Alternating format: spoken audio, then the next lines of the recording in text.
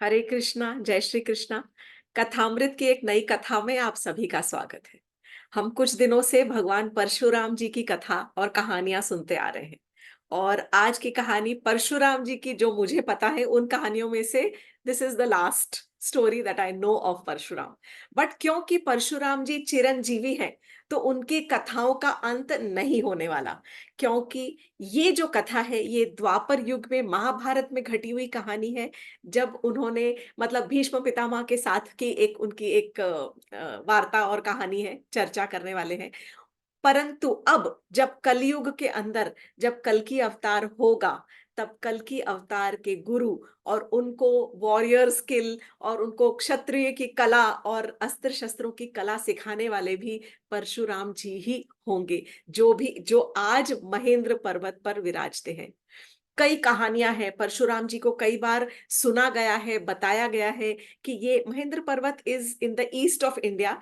तो ये कई भक्तों की कहानियां, और कहा जाता है कि कई बार ये ओडिशा में जगन्नाथ जी के मंदिर में भी दर्शन करने जाते हैं। और ऐसा कईयों को लगता है कि देखा है कभी, एहसास होता है, आभास होता है। ये चिरंजीवी है। So just like Hanuman ji is chiranjeevi, इसी प्रकार से ये भी एक चिरंजीवी भक्त में से आते हैं। ये कथा बहुत ही ज्यादा इंटरेस्टिंग है। और आज की कथा के बाद फिर हम थोड़ी सी भीष्म पितामह की कहानी, क्योंकि ये बहुत इंपॉर्टेंट हिस्सा है हमारे महाभारत की कथा का। So we will begin with this little interesting, most interesting story of Bhishma Pitamah और परशुराम जी। ॐ अज्ञानतिमिरान्धस्य ज्ञानाञ्जनशलाकया चक्षुरुन्मीलितं येन तस्मै श्रीगुरुवे नमः। वाञ्छकल्पतरुभ्यश्च कृपासिन्धुभ्य एव च पतितानां पावनेभ्यो वैष्णवेभ्यो नमो नमः। हे कृष्ण करुणा सिंधु दीनबंधु जगतपते गोपेश गोपिका कांत राधा कांत नमोस्तुते।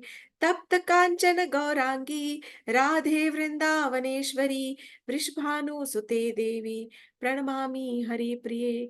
हरे कृष्णा कृष्णा कृष्णा हरे हरे, हरे राम राम राम हरे हरे।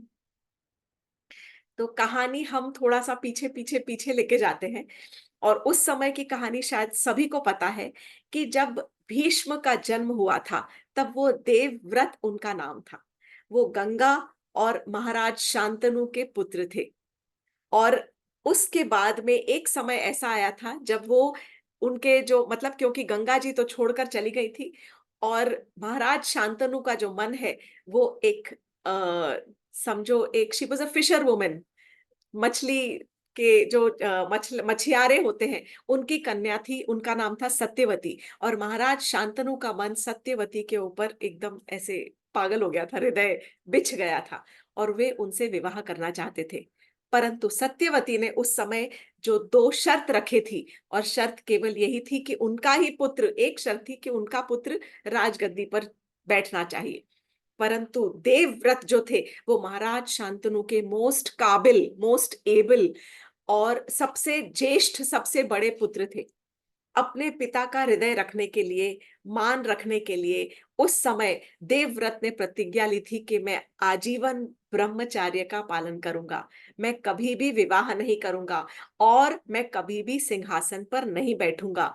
उल्टा जो भी हस्तिनापुर के सिंहासन पर राज करेगा, मैं केवल उसका सेवक, उसका दास बनकर ही वहां पर रहूंगा। तो ये इतनी भीषण प्रतिज्ञा लेने के बाद उनका नाम भीष्म पड़ गया था। क्योंकि बहुत भीषण प्रतिज्ञा थी कि आजीवन ब्रह्मचार्य रहना, केवल ताकि अपने पिता का मन जो है वो अपने मनपसंद प्रिय पत्नी से अपनी शादी विवाह रच सके। तो उस विवाह के बाद में ऐसा हुआ कि सत्यवती के दो पुत्र हुए, जिनका नाम था चित्रांगद और विचित्रवीर्य। चित्रांगद जैसे बड़ा हुआ और वो राज सिंहासन पर बैठा, परंतु कुछ समय बाद उसका एक युद्ध के अंदर ही उसकी मृत्यु हो गई। गंधर्वों के साथ में उसका युद्ध हुआ था, और वहीं पर चित्रांगद की मृत्यु हुई।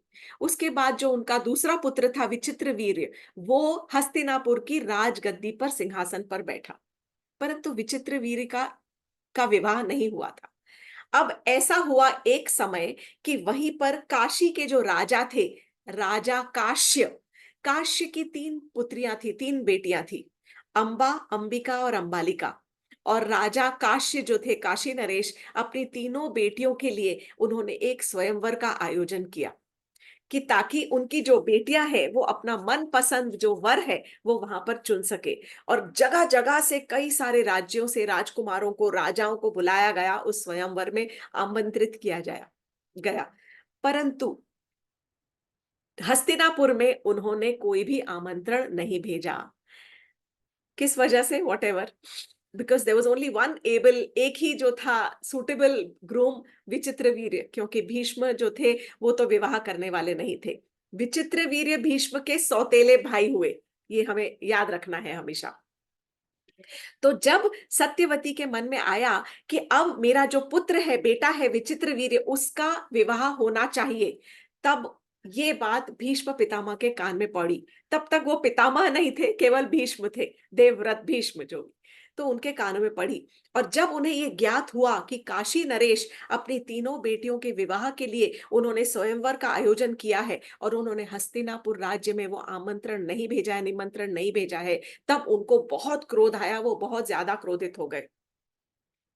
उन्होंने डिसाइड कर लिया और ठान लिया, और वो स्वयं अकेले वहां पर पहुंच गए, अनइनवाइटेड, बिना किसी न्योते के, बिना किसी निमंत्रण के, उस सभा में पहुंच गए जहां पर वो स्वयंवर हो रहा था। वहां पर उन्होंने घोषणा कर दी, बिना किसी के वेट किए हुए घोषणा कर दी कि मैं काशी नरेश की तीनों बेटियों को अपने साथ ले जा रहा हूं हस्तिनापुर राज्य में, और वहां पर मैं विचित्र वीर्य के साथ इन तीनों का विवाह कर दूंगा। और ये कहकर उन तीनों बेटियों को ले जाकर वो ले जाने लगे। तब सभा में कोलाहल मच गया, क्योंकि दिस वाज अनप्रेसिडेंटेड, बहुत ज्यादा सब घबरा गए। जब ये सब हुआ, तब उस समय सारे के सारे जो राजा थे, वो क्योंकि भीष्म से डरते थे, कोई भी वहां पर सामना करने के लिए खड़ा नहीं हुआ। केवल एक एक राजा ऐसा था जो शाल्व नरेश थे, वो सामने आए भीष्म को ललकारने के लिए, उनको चुनौती देने के लिए। क्यों? क्योंकि राजा शाल्व जो थे, वो काशी नरेश की सबसे बड़ी बेटी अंबा के साथ वो उनका प्रेम था, वो प्रेम करते थे, और वो मन ही मन अंबा के साथ विवाह करना चाहते थे। ये बात किसी को भी नहीं पता थी, ना काशी नरेश को पता थी और ना ही सभा में उपस्थित किसी को पता थी। तो शाल्व नरेश ने भीष्म को चुनौती दी और उनके साथ में युद्ध के लिए उनको ललकारा। युद्ध क्या, ललकार स्वीकार करके जो भीष्म थे, भीष्म और शाल्व नरेश का युद्ध हुआ। युद्ध में ऑब्वियसली भीष्म प्रबल हुए, और जो शाल्व नरेश थे वो वहां पर हार गए। शाल्व नरेश को भीष्म ने बंदी बना लिया। अगर वो चाहते तो उनके प्राण हर सकते थे, परंतु भीष्म ने बड़ा हृदय करके और शाल्व नरेश को वहां पर प्राण दान देकर छोड़ दिया और मुक्त कर दिया। कहा कि तुम जाओ, क्योंकि शाल्व नरेश ने चुनौती दी थी कि आप ऐसे कैसे, किसी भी राजकुमारी को उनका हक होता है कि वो अपना वर अपनी पसंद से चूज करें, चुने, परंतु आपने जबरदस्ती करके और इन तीनों को उठा लिया है। It is like kidnapping all three of them, ये एक्सेप्टेबल नहीं है। इसलिए ये जब चुनौती थी, परंतु चुनौती का बराबर उन्होंने उत्तर दिया और तब वे हार गए। काशी जो शाल्व नरेश थे वो हार गए, उनको जीवन दान दे दिया गया, प्राण दान दे के मुक्त कर दिया गया। अब भीष्म जो है वो तीनों राजकुमारियों को, अंबा, अंबिका, अंबालिका को अपने रथ पर बिठाकर हस्तिनापुर की ओर लेकर आ रहे हैं। तब अंबा का हृदय रोने लग गया, और अंबा ने भीष्म से अपने मन की बात कही। और अंबा ने तब भीष्म को कहा कि मैं एक्चुअली शाल्व नरेश से प्रेम करती हूँ, और मैंने मन ही मन शाल्व नरेश को अपना पति चुन लिया है, मैं उन्हीं के पास जाना चाहती हूँ। ये जब बात सुनी, तो भीष्म ने उनको आदर सहित, सम्मान सहित अंबा को जाने के लिए कहा कि आप मुक्त हैं, आप जहां जाना चाहे जा सकती हैं, क्योंकि आपने हृदय से शाल्व नरेश को अपना पति चुन लिया है, तो मैं आपको रोकूंगा नहीं। और ये कहकर बहुत आदर सहित, सम्मान के साथ उन्होंने अंबा को मुक्त कर दिया और जाने की छूट दे दी। वहां से सीधा अंबा पहुंची शाल्व नरेश के पास में, जो शाल्व के जो राजा थे, उनके महल में वहां पर पहुंची। वहां पर पहुंचकर अंबा ने अपनी पूरी कथा सुना दी कि मैंने इस प्रकार भीष्म से कह दिया अपने मन की बात, और उन्होंने मुझे बहुत आदर सम्मान सहित मुझे जाने के लिए कह दिया है। मैं अब आपके पास आई हूँ ताकि हम आपस में विवाह कर सके।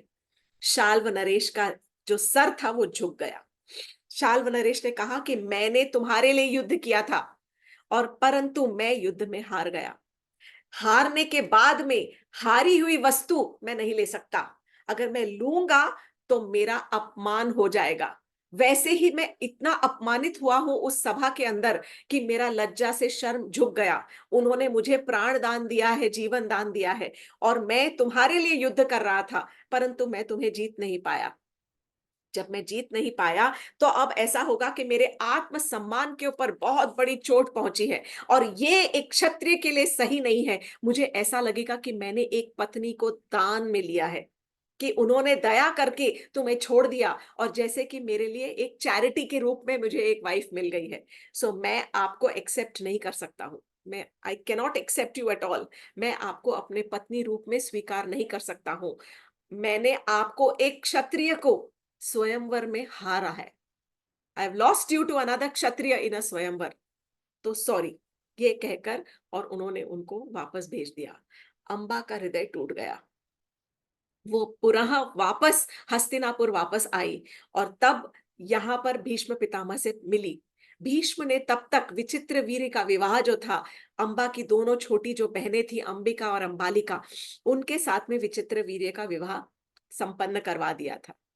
जब वो वापस हस्तिनापुर लौटी है भीष्म के साथ, और उनसे हाथ जोड़कर गिड़गिड़ा कर कहने लगी कि अब तो मेरे सम्मान पर आवनी है, अब मेरी इज्जत का सवाल आ गया है, क्योंकि मुझे शाल व नरेश ने ठुकरा दिया। अब या तो आप मुझसे विवाह कीजिए, या फिर विचित्र वीर्य के साथ मेरा विवाह करवा दीजिए।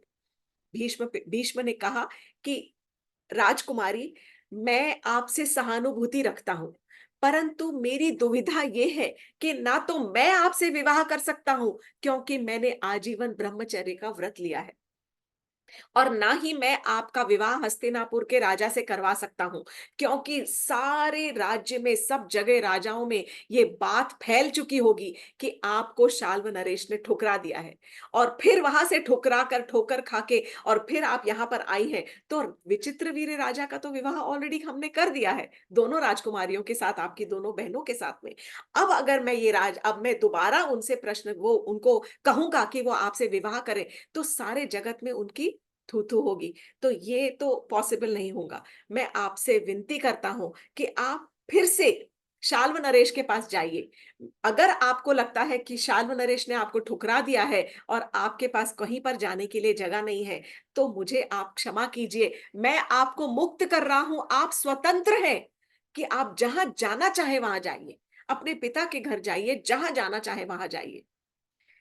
अंबा ने बहुत कोशिश की भीष्म से कहने के लिए कि you are the cause of my destruction, आपकी वजह से आज मेरा जो हाल हुआ है। क्योंकि यदि आप विवाह नहीं करना चाहते थे, तो आपको कोई हक नहीं बनता था कि आप तीनों राजकुमारियों का हरण करे, अपहरण कर कर उनको ले जाइए। वो राजा जो था विचित्रवीर्य, वो हम हमारा अपहरण करता। आप अगर, क्योंकि आपने हमारा अपहरण किया, आप हमको लेकर गए, इसीलिए आपका ये दायित्व होता है कि आप ही मुझसे विवाह कीजिए। आज मेरी जो स्थिति है वो केवल आपकी वजह से है। भीष्म पितामह ने हाथ जोड़ दिए और उनको मुक्त कर दिया, कहा कि आप स्वतंत्र हैं। बहुत रोई, बहुत गिड़गिड़ाई। वो हर समय यही सोच रही थी कि मेरी जो दशा का कारण है वो केवल भीष्म ही है।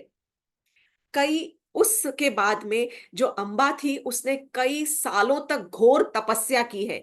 भगवान कार्तिकेय की तपस्या की है, और भगवान कार्तिकेय की तपस्या करके उनको प्रसन्न किया है, और कार्तिकेय से वरदान में उनको एक कमलों का हार मिला है, कमल के फूलों का हार मिला, कि जिस कमल के फूल को उन्होंने, कार्तिकेय ने कहा कि इस कमल के फूल को आप जिसके भी गले में डालोगे, वो व्यक्ति जो है वो भीष्म की मृत्यु का कारण बनेगा। Now this was a very powerful weapon. वो हार लेकर और कई राजाओं के दरबार में गई है कि ये हार यदि आप पहन लोगे और आप भीष्म के साथ युद्ध करोगे, तो आप भीष्म को हरा सकते हो।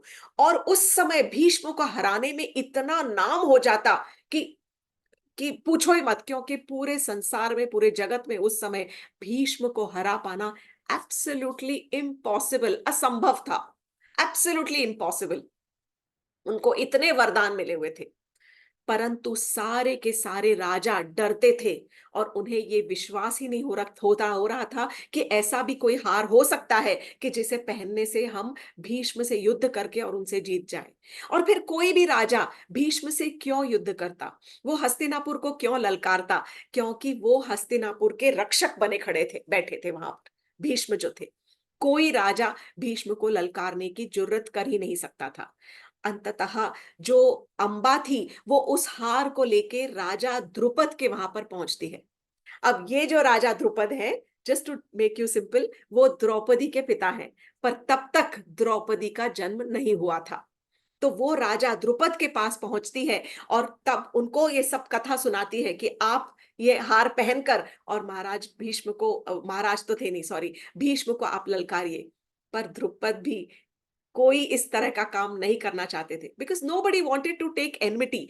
कोई भी झगड़ा करना ही नहीं चाहता था बिना बात के।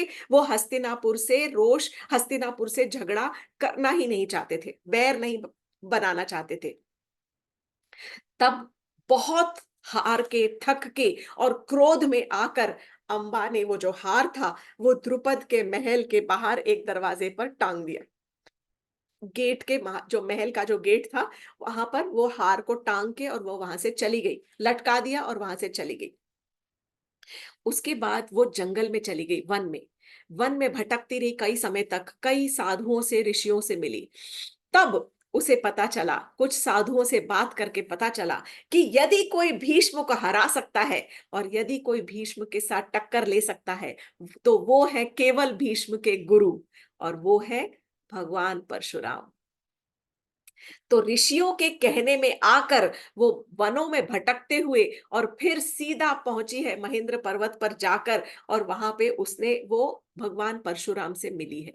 और वहां जाकर भगवान परशुराम को हाथ जोड़कर और उसने अपनी सारी कहानी, सारी कथा कह सुनाई। Now this is again, as I always say, कि क्योंकि कहानी एक तरफ से ही कही जाती है तो वो उसके ही अनुसार कही जाएगी। तो जस्टिस हो ही नहीं सकता था, क्योंकि उसकी तरफ की कहानी अलग की कहानी थी। अगर भीष्म की कहानी होती तो वो एक अलग टाइप की कहानी होती। So it is not the full story. उसने अपनी कहानी पूरी परशुराम से कही। परशुराम जी को बहुत क्रोध आया। यहाँ पे एंट्री होती है परशुराम जी की इस कथा में।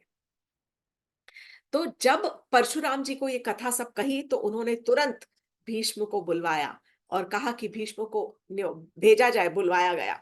अब भीष्म तो मना नहीं कर सकते, उनके गुरुदेव ने उनको बुलवाया है, याद कराया है, याद किया है, तो भीष्म वहां पर पहुंचे। जब भीष्म वहां पहुंचे तो भीष्म को परशुराम जी ने आज्ञा दी कि भीष्म, तुम इसी वक्त इस राजकुमारी के साथ विवाह कर दो। Now that was not possible। Bhishma ने उनको, परशुराम जी को, अपने प्रतिज्ञा के बारे में बताया कि मैंने तो ऐसी प्रतिज्ञा ले रखी है, मैं तो आजीवन ब्रह्मचार्य का पालन करने वाला हूं, मैं इन राजकुमारी से मैं विवाह नहीं कर सकता हूं गुरुदेव। तब भीष्म ने कहा, परशुराम जी ने कहा कि ये तो पॉसिबल नहीं है, क्योंकि मैंने इसे वचन दिया है कि मैं इसकी समस्या का जो सल्यूशन है वो जरूर निकालूंगा, समस्या को सुलझाऊंगा। तो तुम्हें या तो इससे युद्ध करना पड़ेगा, इसके साथ या तो विवाह करना पड़ेगा या मेरे साथ युद्ध करना पड़ेगा। भीष्म के पास और कोई चारा नहीं था। तो भीष्म के, he had no other way. तो भीष्म और भगवान परशुराम का महायुद्ध हुआ है। एक शिष्य और उनके गुरु के बीच में इतना बड़ा युद्ध हुआ है कि आप विश्वास नहीं कर सकते हो। कितने दिन चला था? 18 दिन महाभारत का युद्ध। लेकिन ये जो युद्ध कितने दिन चला है? 23 दिन, 23 डेज परशुराम जी और भीष्म पितामह के बीच में यह युद्ध चला है। भीषण घोर युद्ध। और इतना बड़ा युद्ध चला है कि इतना घोर हुआ था कि सारे देवता जमा हो गए थे इस युद्ध को देखने के लिए। परशुराम जी को हरा पाना एब्सोल्युटली नॉट पॉसिबल, और भीष्म को हारना एब्सोल्युटली नॉट पॉसिबल। तो कैन यू इमेजिन कि किस प्रकार का युद्ध हुआ होगा उस समय, जब ट्वेंटी चौथी जो 24वां दिन था, 24वें दिन, on the 24th day, Bhishma ने एक बहुत घातक अस्त्र निकाला परशुराम जी पर वार करने के लिए। यदि वो वार हो जाता तो परशुराम जी का हार जो थी, उनकी हार निश्चित थी। परंतु उसी समय वो अपने गुरु के ऊपर प्रहार कर रहे थे, इतने घातक अस्त्र के साथ में। परंतु 24वें दिन जैसे ही वो अस्त्र निकालने का उन्होंने शुरू किया, उसी समय सारे देवता वहां पर जमा हो गए और उन्होंने बीच में आकर दोनों को समझाया। The demigods had to intervene, उन्होंने उनको बीच में पढ़ना ही पड़ा। सारे देवता वहां पर आए और उन्होंने उसी समय देवताओं ने उस युद्ध को रोक दिया और रोकने के बाद में दोनों में समझौता करवा दिया। अर्थात ये हुआ कि ना ही गुरु हारे, ना ही शिष्य हारे, ना गुरु जीता और ना ही शिष्य जीता। बिकॉज अगर ऐसा कुछ भी होता तो भगवान परशुराम तो शक्त्यावेश अवतार है, वो कैसे हार सकते थे। और भीष्म पितामह को तो इतने वरदान मिले हुए थे, यदि वो हार जाते तो सारे के सारे इतने देवताओं के दिए हुए वरदान झूठे पड़ जाते। तो किसी का भी हारना वॉज नॉट पॉसिबल, वो होने ही नहीं देने वाला था। मतलब ऐसा पॉसिबल ही नहीं होता कि भगवान किसी को भी हारने देते। इसीलिए देवता बीच में आए और दोनों के बीच में समझौता हुआ। ना ही भीष्म जीते और ना ही परशुराम जी जीते। पर इतना जरूर है कि भीष्म में इतनी शक्ति थी कि उनके पास ऐसे घातक अस्त्र थे कि वो अगर उस दिन अगर वो अस्त्र का उपयोग करते तो डेफिनेटली परशुराम जी के ऊपर वो घातक ही होता। तब जब ये जो युद्ध था ये समझौते में बदल गया, तब अंबा को एहसास हो गया कि यहाँ पर तो भगवान परशुराम भी जो है वो भी मेरी सहायता नहीं कर सकते, वो भी हेल्पलेस है भीष्म के अगेंस्ट में। उनमें भी इतनी शक्ति नहीं है कि वो भीष्म को फोर्स कर सके कि वो उनसे विवाह कर सके। उनमें भी इतनी शक्ति नहीं है कि वो भीष्म को सबक सिखा सके और उनको परास्त कर सके। अब तक जो अंबा थी वो एकदम रिवेंज को क्या बोलेंगे हिंदी में, मतलब जो बदले की आग में झुलस रही थी अंदर से, बुरी तरह से वो झुलस रही थी। तब अंबा वहां से चली गई और अंबा ने कई समय तक, कई सालों तक बहुत घोर तपस्या की है, बहुत घोर। धीरे धीरे उसने अपना आहार खाना पीना बंद कर दिया, उसके बाद अपनी निद्रा सोना बंद कर दिया और रातों रात जाग के पूरे 24 घंटे जाग के बिना खाए पिए बहुत 12 वर्षों तक उसने ये तपस्या की है, बहुत घनघोर तपस्या की है और शिव जी को प्रसन्न किया है। शिव जी की तपस्या करने के बाद तब शिव जी उसके सामने प्रकट हो गए और शिव जी ने तब उससे कहा कि मांगो, तुम किस प्रकार का मुझसे तुम वरदान चाहती हो। तब अंबा ने कहा कि हे प्रभु, मुझे वरदान दीजिए कि मैं भीष्म के पतन का कारण बनूं, मैं भीष्म की मृत्यु का कारण बनना चाहती हूँ। भगवान शिव ने कहा कि हे राजकुमारी, तुम इस जन्म में नहीं, अगले जन्म में तुम भीष्म की मृत्यु का और उनके पतन का कारण बनोगी। और ये कहकर वरदान देकर वहां से शिव जी जो थे वो अंतर्धान हो गए। अब अंबा में तो बिल्कुल इतनी भी मतलब शी हैड नो पेशेंस, इतना भी पेशेंस नहीं था कि वो रुकती कि मेरा ये जीवन जो है पूरा समाप्त हो और फिर उसके बाद मेरा अगला जन्म हो, तब जो भी मेरा जन्म होगा जैसा भी, और भगवान के कथन अनुसार मैं भगवान भीष्म के पतन का कारण बनूंगी। तब उसने अंबा जो राजकुमारी थी उसने एक बहुत बड़ी अग्नि का को प्रज्वलित किया और अग्नि को प्रज्वलित करने के बाद राजकुमारी अंबा ने उसी अग्नि में आत्मदाह करके अपने जीवन का अंत कर दिया। यही अंबा अगले जन्म में महाराज द्रुपद की बेटी शिखंडिनी के नाम से उनकी बेटी के रूप में जन्म लिया उसने। परंतु यही शिखंडिनी किस प्रकार शिखंडी बने, क्योंकि भीष्म जो थे वो एक्चुअली जो सारथी बनकर घूम रहे थे वो तो शिखंडी था, बेटा था। तो ये शिखंडिनी लड़का लड़की बनकर पैदा हुई, लड़का कैसे बन गई, ये सारी कहानी जानने के लिए अगले एपिसोड में वी विल मीट अगेन। तो ये थोड़ा सा ट्विस्ट है और एक्चुअली साइंटिफिक भी बहुत है। हमें ऐसे लगता है कि बहुत सारी चीजें हमने इजाद की है इस नए संसार में, नए समय में, वी आर द साइंटिस्ट और हमारा दिमाग बहुत ज्यादा चलता है, पर ऐसा नहीं है। 5,000 साल पहले देखिए कितना बहुत ज्यादा इवॉल्व था, जो द्वापर युग में या उससे पहले भी बहुत ज्यादा evolution was at its Heights at that time. तो जो राजकुमारी अंबा थी, वो ही अगले जन्म में राजा ध्रुपद के घर में ही उनकी सबसे बड़ी बेटी द्रौपदी की बड़ी बहन शिखंडिनी के रूप में इन्होंने जन्म लिया। अब अगले कहानी में इन्हीं के ही जन्म की कहानी सुनूंगी, और किस प्रकार ये जो शिखंडिनी थी, ये भीष्म के पतन का कारण बनी। इस प्रकार हम कहानी को आगे ले जाएंगे। तो परशुराम जी की कथा यहीं पर हम समाप्त करते हैं, क्योंकि इस युग तक, अब तक की जो कहानियां हमें पता है, वो परशुराम जी की यही है। और जैसा कि मैंने कहा, कलयुग की कहानी तो हम कहाँ होंगे, कैसे होंगे, हमें पता नहीं, जब वो कल की भगवान के गुरु के रूप में आएंगे। बहुत सुंदर कथा आने वाली है आगे। और उसके बाद जो हम सुनेंगे वो है परशुराम जी के जो सीख है, उनके जो उन्होंने जो ज्ञान दिया था, अपनी मृत्यु शैया पर लेटे हुए जो पांडवों को ज्ञान दिया था, वो तो अतुलनीय ज्ञान है। वो महाभारत का सबसे बड़ा चैप्टर है, शांति पर्व, सबसे बड़ा चैप्टर। उसके अंदर 365 चैप्टर्स है, 365 चैप्टर्स है। और ये जो शांति पर्व है, जो सीख दी गई है, वो 50 दिनों तक भीष्म पितामह अपनी मृत्यु की शैया पर लेटे हुए उन्होंने पांडवों को यह ज्ञान दिया है। बहुत ज्यादा डिटेल में हम ज्ञान में नहीं जा सकते हैं, क्योंकि हम आधे घंटे में कितना ही ज्ञान अर्जित कर सकते हैं। बट फिर भी I will try to touch upon small small topics, जो भी करेंगे। बट उससे पहले शिखंडी की कथा पर हम जरूर ध्यान देंगे। शिखंडी की कहानी के लिए अगले हफ्ते मिलेंगे। आज की कथामृत को यहीं विराम देते हैं। भगवान परशुराम की जय हो। हरे कृष्णा, जय Shri Krishna. Thank you very much for joining with कथामृत।